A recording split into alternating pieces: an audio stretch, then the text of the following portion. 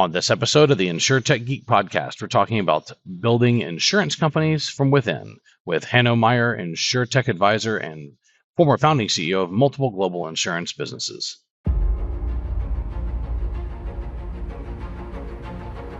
The InsurTech Geek podcast is all about technology that's transforming and disrupting the insurance world. We'll be interviewing guests and doing deep dives into specific tech we see changing the industry. We're taking you on a journey through insurance tech, so enjoy the ride and geek out. Terra, our sponsor for this week's episode, is driving innovation and management of insurance claims and policies. Discover how Terra empowers insurers with benchmarking tools, claims management and policy administration, and an ancillary services marketplace at terra.insure. And we are back with another great episode of the InsurTech Geek podcast. I'm your host, James Benham. With me, my illustrious co-host, Rob Galbraith. Rob, how are you doing? Doing well, James. Doing well. How you doing? Outstanding. It's been a good week, good weekend, and I'm ready to tackle another week of building insurance software and building claims and policy admin systems and tackling Froys and Shroys and doing regulatory filings and all the fantastic things you have to do when you're the insurance business. I'm ready for it. I'm excited and fired up and going nuts every minute, as we say around here. How are things over in San Antonio?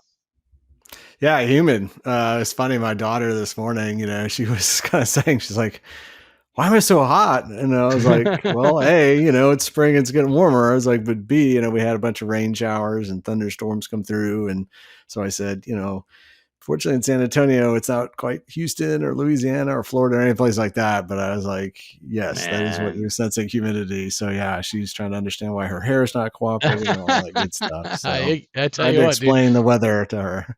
The heat is on, man. I mean, we have, we get like 2 or 3 weeks of spring and then it's straight into hot and humid, and same thing in College Station, a lot of rain. I am getting ready though, as we record this, it's Monday, April 29th. I'm getting ready for RIMS in a week. And so I'm going to be out in San Diego for the Risk Management Society's annual gathering. Of course, San Diego is 72 and sunny every day, so I'm looking forward to that. But I'm also looking forward to seeing all of my friends, colleagues, clients, prospects. Everybody kind of gathers once a year for I would say, probably the world's largest insurance conference every year. I think RIMS definitely qualifies as that. So I'm super excited to see that. I kind of view RIMS as a giant reunion. With us from Switzerland, from Zurich, is Hanno Mijer. Hanno, how are you doing? I'm doing great. I love your effort to speak a little bit of the German accent, James. So good for you. Sprechen Sie Deutsch? Ja. Ja, ich spreche Deutsch, aber okay. But it is funny that in your intro you're getting ready for RIMS. I've been there many times. I completely concur with you. It's a great event, and actually. Rob, I guess you're in San Antonio. The last time I visited RIMS was a few years ago. Was actually in San Antonio. It was, I saw the Alamo. It was fantastic, really cool. So yeah. Well, have fun, James. I'm sure you're going to have fun. Oh yeah. Well, RIMS is like, I'll be exhibiting Terra, my RIMS system, the claims and policy admin system. So I'll be exhibiting that in a booth. But the real action at RIMS starts at 5 p.m. and goes until about 2 to 3 to 4 a.m. every night. So that's when all the receptions and gatherings and social events are. And so I'm excited to see all my friends there. I'm glad that you're familiar with it. And San Antonio is a really fun city. It's got a lot of really cool historical places. So I'm glad you got to go. I was at that RIMS, so you and I might have even shaken hands and don't even know it. So we might, and actually, I think I've been at least once in San Diego for RIMS as well. So it was probably even earlier. I can't remember. I can't remember this hotel on the riverside. You saw all these, U.S. Navy ships. It was just great. Great venue to run as well. Fantastic. They pick great cities. So we're gonna chat about technology. We're gonna chat about insurance, and we're gonna go from there. But before we do, we're going to start about chatting about you. I want to hear from you. Obviously, you're in Switzerland now, but where were you born and raised, and what did you want to be when you were a kid? Like, what did you grow up envisioning you were going to do? All right. Well, James, I was born in the Netherlands a long time ago. As long as I can remember, as any proper Dutch guy, I wanted to become a professional football player. Yeah, and for you guys being American, that's soccer actually. Yeah. But as it happened, I ended up getting a master's in actuarial science, and then started building business insurance the rest of my life, which was almost as exciting as being a professional football player, I have to say. It was fun. Yeah. That's really great. Look, yeah. I grew up, just so you know, just so this is clear, I grew up playing football. So my whole... You're American. Yeah. How's that possible? Well, because my mom wouldn't let me play American football because she was worried about head injuries in the early 80s, which was very ahead of its time. Yeah. And I grew up traveling to Mexico as a child, like every year, and got to play soccer with just some incredibly talented people down there. And so, and then when I was a kid, I went to this summer soccer camp run by a couple of British guys who were absolutely insane, and they taught me how to play real British real British football. And so I loved playing. I was a goalkeeper my whole life, and then when I got into my 20s, I switched into a right defensive back because I got tired of being the last man standing. So I can appreciate that. I'll say, look, Major League Soccer is much more popular here now than it ever was. I understand. Yeah. Well, good stuff. Yeah. So what'd you go to college for? What did you study, and what did you end up going into? All right. Okay. So I did actually went to college, did econometrics, and then enrolled into a master's of actuarial science. So I'm by education, I'm an actuary. But I have to say that pretty early on during my university, I realized I was probably the worst actuary in the room, but also probably one of the very few who was really interested more in the marketing, sales, business development side of the industry. And I'm not really sure who's going to see this podcast, so I don't want to insult anyone. But I also realized I was probably the worst mathematician in the room, but probably a bit better in communication than most others. So I thought maybe I could combine that into a career. And actually, that's what really happened. When I went out, when I was graduating, there were a couple of insurance companies who actually thought that somebody who understood the basics of insurance, the actuarial technical part, but also was really passionate about building businesses, developing new client solutions, would be an interesting prospect for them. And that's actually my life in a nutshell, because I started doing it for a Dutch insurance company, but then they sent me quickly abroad to Central and Eastern Europe, to Asia Pacific. Then I joined what is now called Willis Towers Watson, which was in those days called Watson White, very much a traditional actuarial firm. And actually, again, dare I say it, I joined them in London. I was very much the odd one out. I was about the only non-English or US partner, but more importantly, I was the only one actually selling what they were developing. And it was a great run. And now, almost 20 years ago, and that's why I'm living in Zurich, I joined Zurich, the big global insurance company, and I was asked every single time when Mario Greco, the Zurich CEO, wanted to set up a new business unit, he asked me to do that, and I did, and I've did that on every side of every line of business you can think of, right? I built a big global pensions business from almost nothing to a multi-billion-dollar business. I built Zurich's global travel business, which actually was headquartered in Sydney, which is fantastic. So I happened to live a few years there. And the last 3 years, I built from scratch Zurich's resilience risk consulting business, which actually I'm pretty pleased to say and proud of my team was the fastest growing business of Zurich, or one of the fastest growing business of Zurich 3 years in a row. So, story in a nutshell: 4 kids, 3 boys. They all love soccer, like we were discussing earlier. All supporting my home team, although they never lived in the Netherlands. So, pretty cool. And I retired a few months ago and found, to my surprise, that there was a lot of similarities between what I've done building insurance companies in an insurance company, and now that I've joined a number of InsurTechs as advisor and also work with private equity, realize that a lot of the skills I've learned are actually very applicable in the InsurTech space, and maybe even more building this bridge. Because James, you mentioned you representing your own company in San Diego. Maybe or maybe not. One of the challenges you face is that you think you probably have the best company in its sort in the world. Why don't the insurance companies not understand it? Or if they understand, how can we make it work more together? And I think that crossroads is where I'm having a lot of fun at this point in time. So, maybe a bit of a long introduction, but you wanted to know who I am. This is who I am. And I find it. You've gotten to work on multiple sides of the business, right? Not just on the broker side or the carrier side. You've gotten to really work through, and that's kind of rare. People kind of tend to stay in one lane in insurance. And now you've retired, and obviously you're an InsurTech advisor and mentor counselor. You're doing some really cool things. And we're going to talk about that, but it's good to know how you got there. Yeah. Rob, what you got?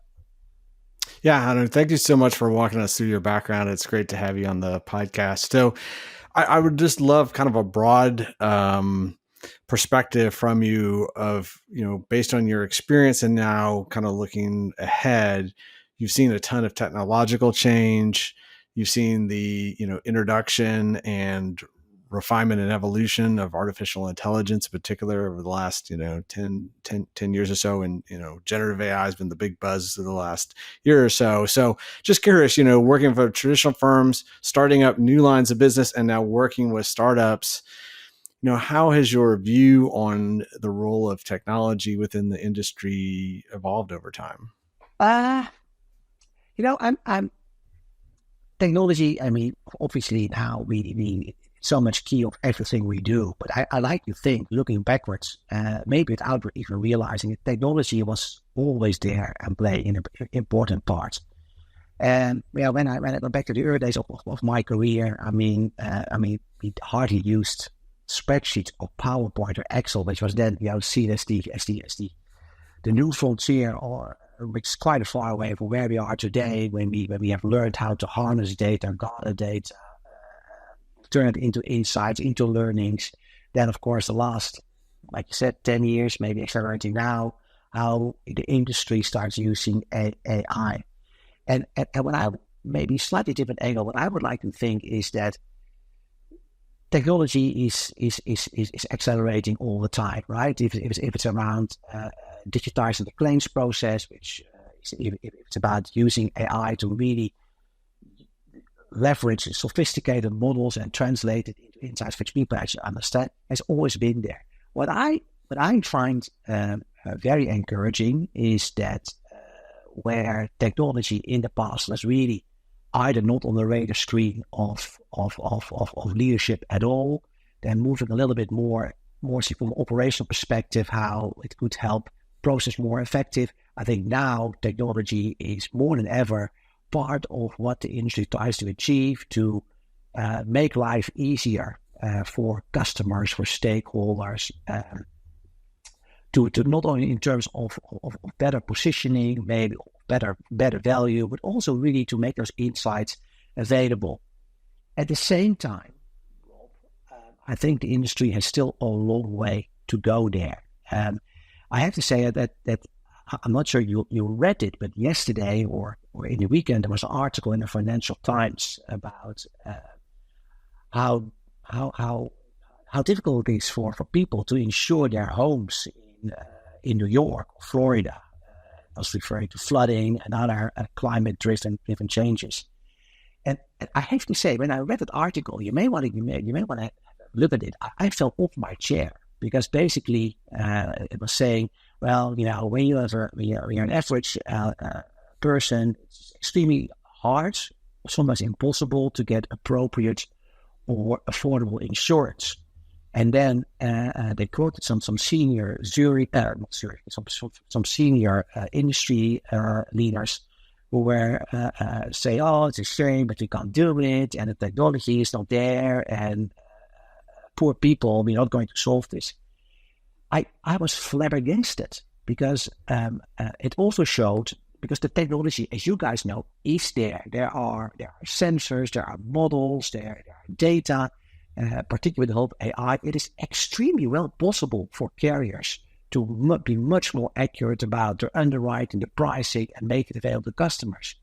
So how come that there are thousands, 10,000, 100,000 people cannot get appropriate insurance? It actually means as an industry, I think we still have a way to go to harness the technology, to harness the available data. And actually, I find myself dealing with this on a different level every single day. If when I said earlier that I can see a lot of the lessons I've learned when building insurance companies from within, it's also about how do you bring together people who come from completely different perspective. In this case, how do you bring together maybe traditional thinking insurance executives with the technology, which the InsurTechs or other firms are developing, and then making sure that it's being melded together to benefit the customer, be it a homeowner in Florida or be it a company like IKEA or Audi dealing with climate change in Europe. For me, that is a theme which for me is at the heart of the technology discussion. It is it's fantastic, and people like you are in the midst of this. Will probably when given the floor, you can talk for hours about all the benefits. But then the thing is, how in the end do we make sure, as an industry, carriers, brokers, InsurTechs, what have you, to make this accessible and usable for the customer, whoever it is and wherever they may be, if that makes sense. Yeah, wow, absolutely. Big silence. No, absolutely. And as you were talking, Hanno, I mean, I think about, and this is something I've talked about. I talked about in my book, The End of Insurance as We Know It. I've talked about in keynotes, and I feel like I'm talking about it more and more 5 years, since the publication of the book, is availability and affordability. Have we still figured out those two issues? I mean, they get a lot of ink, they get a lot of press, they get a lot of conversations at conferences, but yet fundamentally it just feels like it's tying back to that. And you kind of wonder, as exciting as I am to see the growth of insurance markets and, developing nations that don't necessarily have the robust history of a North America, of a Europe, at the same time, some of the more advanced economies are actually seeing almost like a retrenchment of the market, where it's actually becoming more difficult. Where we've almost taken for granted in the past that insurance products would be there at an affordable rate, where it's just an expense, not the major expense, or prohibiting investment in other parts of your home or your business. Yeah. Well, actually, I can't remember which one, but in one of your books, you have some of these cases, and I was just really wondering. Right? It's so obvious when you explain what you have done with some of those companies, and why is this not more widely spread? Why are not more companies adopting these methods? Because the point is, it's not rocket science, right? The technology may be, but the way you apply it, the way you implement it in care, it's not rocket science. It's all about the soft factors. It's about mindset. It's about the infrastructure of a company. Anyway, we can talk about this forever, I think, which is not what we have. So I almost feel like circling back on a comment you made at the beginning of your answer around the soaring insurance premiums in New York and Florida, because it ties in, Rob, with what you just said. Yeah. We almost take for granted that insurance is going to be available and markets will be available, and certainly I think we're circling back on the need for insurers of last resort, the critical role they play in allowing commerce and business and life to continue. I think sometimes we forget that, forget why states backstop insurers of last resort. But when you see Citizens as the largest property carrier in Florida, then you're like, oh yeah, this is why. Because when markets go crazy, sometimes you need a backstop. That being said, I think it's important to not lie to ourselves about why many of these markets are so challenging. In all too many cases, it's litigation expense, it's trial attorneys, and many of whom have become legislators and elected officials. Like in Florida, the Speaker of the House is a trial attorney, and for years he blocked insurance reform to support his Oh, own really? to Wow.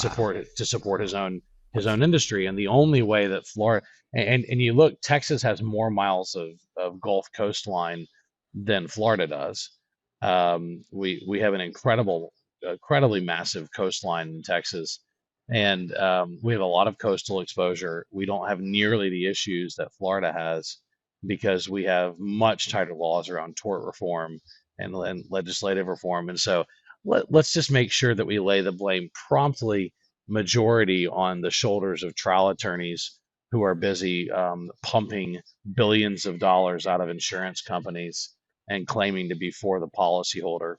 But aside from that, um, technology has allowed a lot of companies to clearly draw that causation and correlation, right? Causation, so just because two items are correlated doesn't mean there's causality. But I think that the prevalence of really good data systems helps us identify where the trouble spots are and hopefully fix them inside of insurance. Whereas in particular around analysis of unstructured data, my question for you is, what do you think is fluff in insurance tech right now? What's the fluff and what's the real stuff? So separate from me the fluff and the real stuff, because every insurance, and I go to a lot of insurance conferences. There's far too much conversation about AI. It's oversaturated as a topic now, but it's what you have to do to get on the speaker docket right now. But there's a lot of conversation around AI. But most insurance companies still struggle with basic adoption of core systems and eliminating Excel Yeah. spreadsheets. So what's the fluff and Yeah. what's the real stuff? You know, I mean, the short answer it really is that everything which cannot be put into a proposition or a service that you can actually sell is probably fluff, right? Because I think what there's a lot of waffling around technology, and it's about to get academic merits, and it's about what it potentially could do. Everybody's talking about data lakes, etc. But in the end, I think the proof of the pudding is okay. As an industry, as a carrier, do we really understand the underlying need of the end customer? Be it the consumer in Florida, or be it a big car company like Audi in Germany, and then the technology which we have, either developed ourselves or bought, or the data we have, can we put in something which makes sense? And maybe it's a slightly different angle to your question, but when you do that, you see remarkable results, and completely different than the topic we were talking about earlier. Is that what you see is that what insurance companies can do is much more about helping their clients become more resilient for climate change, resilient for other changing circumstances. And maybe I try to keep it very short. An example. So around climate change, in my last show, we realized at Zurich that we had a lot of fluff initially about a number of people, very smart climate scientists who had developed great models, produced fantastic analysis and diagrams, but it didn't do a lot. So it was fluff. Nobody wanted to buy it, even internally. It looked fantastic, and it was great to show it for board meetings or for whatever sustainability images, until we realized that actually when we would put this data to use and and this is a real life example, and I can quote it because it's actually in the annual report of Zurich. When we realize that we can use this data and modeling to go to a company like Audi and say, listen, you insure yourself with us against flooding of the River Rhine, which is close to your factory. You don't want that to happen because it's financial damage, but also stops the production of your cars.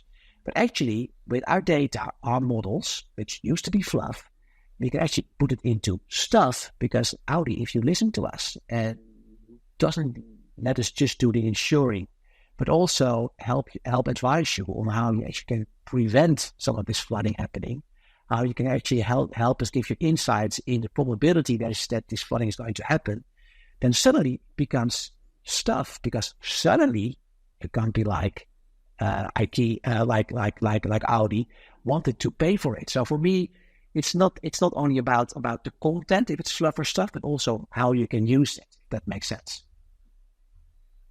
And it's. I mean, Let me just hold fire here, because I would like to give another example. But this for me is so incredibly strong, because and then of course it gets a virtuous circle, because in this case Zurich, but I think it's true for other carriers as well, realize actually there was a lot of value in propping up this small team. So Zurich invested in developing his team into a proper team working globally. And now this has become one of Zurich's fastest growing services, which actually is not even insurance at all anymore, but it is about helping clients managing risk. And there are dozens and dozens of big companies, multinationals across Europe, but also in the US, who've actually bought these services because they realize this is where the risk management philosophy of insurers and knowledge combined with technology actually offers stuff which they are happy to pay for, which they can use. And the other interesting part is, because this stuff necessarily is not only anymore about risk management, it's about the strategic business of what's happening. I mean, Audi CEO is definitely interested when risk mitigation can prevent stopping the production of cars, which is a completely different thing than covering the financial risk if a flood happens in a factory. Yeah, absolutely. It is completely different than production risk. But you're right. I mean, there's some what I'm seeing, and I do a lot of work in workers' compensation insurance. Okay. Is a lot of discussion around AI turning into a small number, a few very practical tools that help you identify what treatment should be performed on that particular insured. Like, hey, this worker needs nurse case management, or this worker needs intervention, or this worker, you got to look at the pharmacy on this, because we have a risk of having some opioid addictions. I mean, there's some really interesting things that there's no the initial discussions around AI that were kind of the fluff was, hey, we're gonna auto adjudicate everything. We're gonna do straight through processing. We're gonna automatically close out all claims, and we're not gonna we're gonna need dramatically fewer claims adjusters, and of course one of the big companies preaching that was Lemonade, and they preached that they had a super small claims team, and then you look at their loss ratio and you go, well, are you sure about that still? When you have an underwriting loss, I mean. And so I think that what we're identifying is, hey, there's some really good applications for technology that if you solve a very specific problem with a very specific tool, that you can solve a major burning point in the pocketbooks of profit and loss statements. So yeah, I'm with that. Rob, what do you got? Yeah, Hanno, I know I'm really kind of fascinated on your thoughts and learnings from your experience. I understand you're going to be a keynote at the upcoming MENA InsurTech Summit in Doha, talking about this concept of building insurance companies from within. So this concept of entrepreneurship was introduced to me when I was leading innovation team at a carrier several years ago, and kind of got me excited. But there's also limitations, particularly, I mean, there's there's resources that you have certainly that startups, would love to have and don't have, but there's also limitations. And to me, the first and foremost is actually the mindset of that traditional firm. So completely would just love, I hear it come through in some of the examples that you've given, but maybe you can share a little bit just about, what are some of the highlights that are going to come from your talk, or what are some of those maybe big lessons learned that you have from that entrepreneurship? And then how does it differ from some of the startups that you're advising today? Big lessons is maybe a bit overdoing it. So I think it is actually the result of a lot of incremental things you do. But I want to refer to what you said, because it really does start with the mindset. But that's linked to having a very clear understanding what you're trying to achieve. I spoke a little bit about the last business I ran, but maybe about another unit completely different, which was Zurich's employee benefit business. This is some years ago, when I was asked to consolidate a couple of small businesses Zurich had, less than 250 million globally. And that's really all units run by actuaries, more or less, and to turn it into a global business. We first start to understand really what are we actually selling and who are we selling to? Because, we're selling pension arrangements and we're selling them to companies. No. I said, who are we selling to? Oh, we are selling to the risk manager. I said, no, we're not selling to the risk manager. We should be selling pensions, selling employee benefits. Who's actually buying this? And it turned out that all that, we were selling to the big multinationals. We were selling to people, but actually we were selling not to the risk manager. We were selling to an HR manager or a pension actuary on the other side. So I'll spare you all the details, but then we worked out a proposition around that.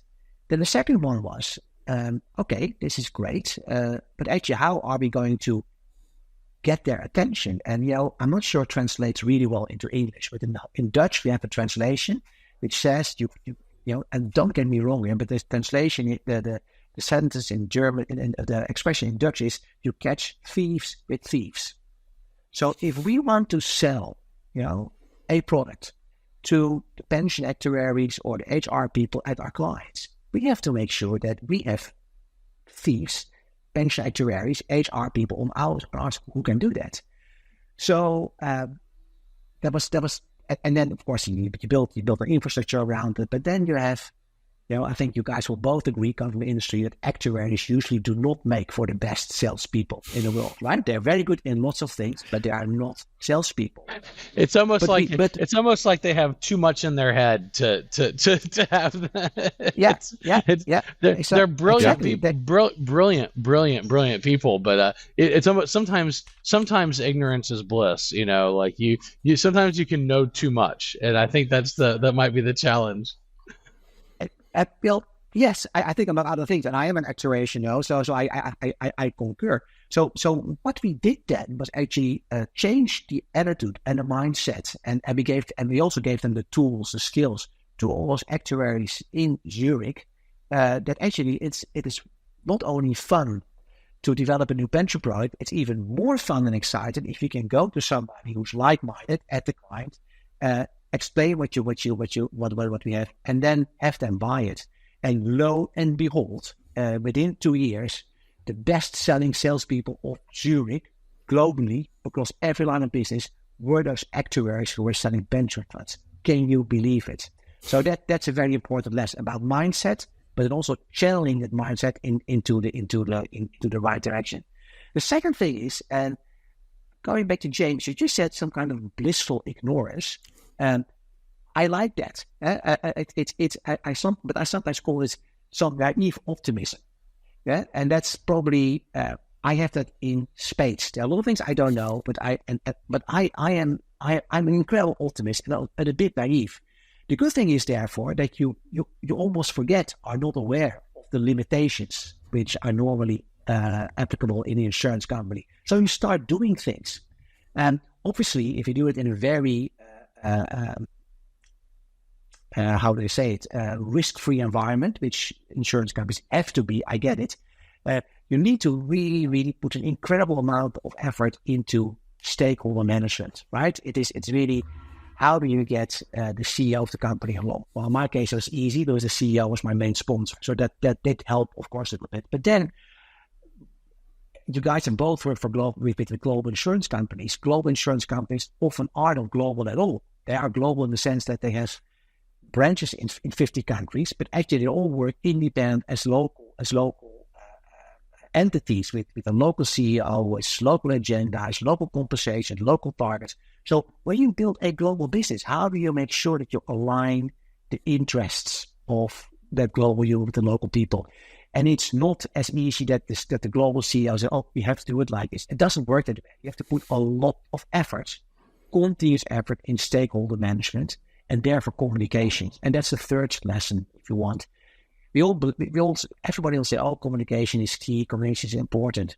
But when you build a business like that, and I think it's the same when you run an InsurTech, you're completely 24/7, day and night, you are broadcasting this message.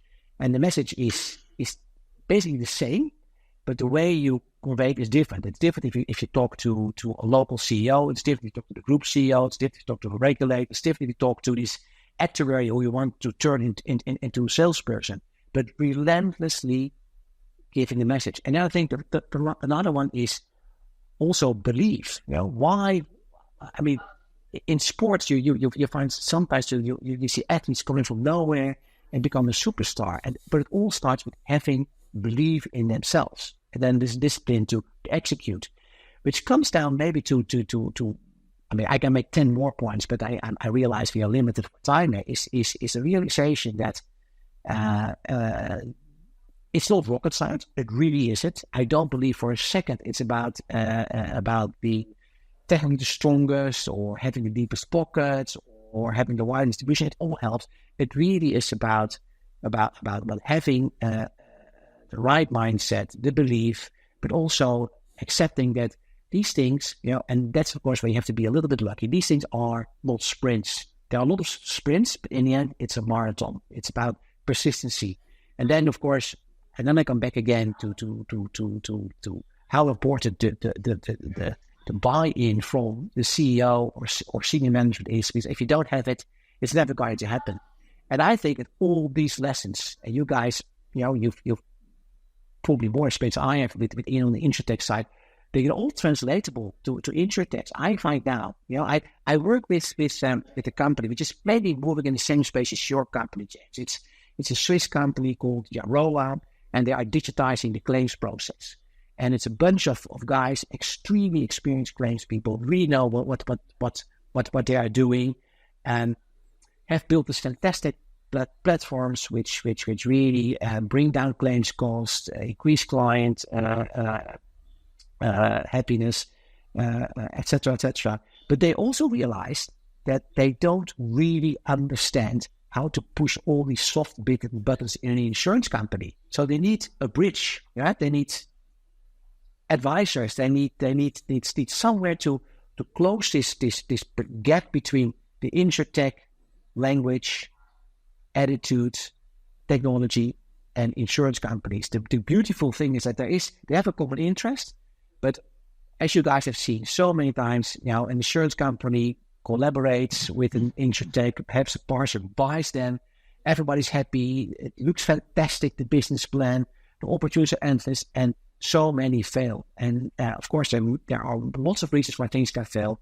I would argue a lot of it because on both sides of the bridge, they don't realize that they have to actually work hard to close this bridge, try to speak the same language, and then take some time to make it happen. So, that's yeah, absolutely. We've had as we've built a completely new claims platform focused on work comp with Terra, our product. We've had to enlist the help of some very senior claims administrators, adjudicators, claims admins, supervisors, license adjusters, and then spend a lot of time in the client office. It is definitely long ball. It is definitely a slow burn. We roll code out, then we go and watch it being used in the office. Then we go meet with the team 2 months later. Then we make 3 minor changes, and then watch it. It is, if you're going to do this right, if you're going to really do it right, it is slow burn. I mean, like the biggest things we're releasing in our claims platform, the most important ones to our users are not AI functionality. Although we do have all kinds of really cool things in development, the really important stuff is really simple things like EOB attachments to payments, so that when they run the report, it attaches everything properly, and they can run, because their clients are demanding reports and reports and reports and reports and reports. And so if you're really going to do your job as an InsurTech, you have to admit that sometimes Occam's razor, the most obvious solution, is the correct one, that you just need to really look for the obvious stuff, deliver value, and be okay that it's going to be a slow roll. You know, exactly. You know, starting a business to selling it in 5 years is probably not realistic when you're in an industry that values stability and a slow pace of change, so they don't go bankrupt. Because you know, it's kind of like in accounting. You know, creative accountants go to jail, and insurance companies that move fast and break things generally go out of business. You know, you can be completely revolutionary, but it's almost, you can be revolutionary and not move at lightning speed. You do have to move. You do have to have a good pace of progress. But your timelines need to be realistic when you're dealing with an insurance industry that is A, heavily regulated, and B, you have some deep systemic things you have to deal with. You know, like you have to drive underwriting profits every year, and so so you know, balance in all things. That's our time for the show. It was really good talking with you, Hanno. I appreciate you joining us from Switzerland today, and enjoy the conference that's coming up. The InsurTech MENA conference. I was going to try and go, and then I had a very important kid commitment that I needed to stay in Texas for, and so that definitely takes precedence and priority. And of course. And so unfortunately, I will not be joining you at InsurTech MENA, but I look forward to hearing how it goes, and certainly look forward to staying in touch with you. And thank you for joining us today and sharing your thoughts with the InsurTech Geek podcast. Well, thanks, James. Thanks, Rob. Very enjoyable. And Rob, as always, thank you for being the world's best co-host. And I hope you have a drier, maybe less humid week in San Antonio. Hey, my hair stays the same regardless. So yes, it does. You have the high-speed, low-drag haircut. And for those of you in listener land who are going to RIMS, hitting me up. I will be there at exhibiting. Our booth is called Terra, Terra. I'll be there exhibiting. I'll be hanging out in the evenings at the social events. So hit me up if you're going to RIMS. Thanks for tuning in today to Geek Out, our interview with Hanno Mijer. My name is James Benham. This has been the InsurTech Geek Podcast. See you next time. The InsurTech Geek Podcast is all about technology that's transforming and disrupting the insurance world. I've been your host, James Benham, that's jamesbenham.com, with co-host Rob Galbraith at endofinsurance.com. We're taking you on a journey through insurance tech, so enjoy the ride and geek out.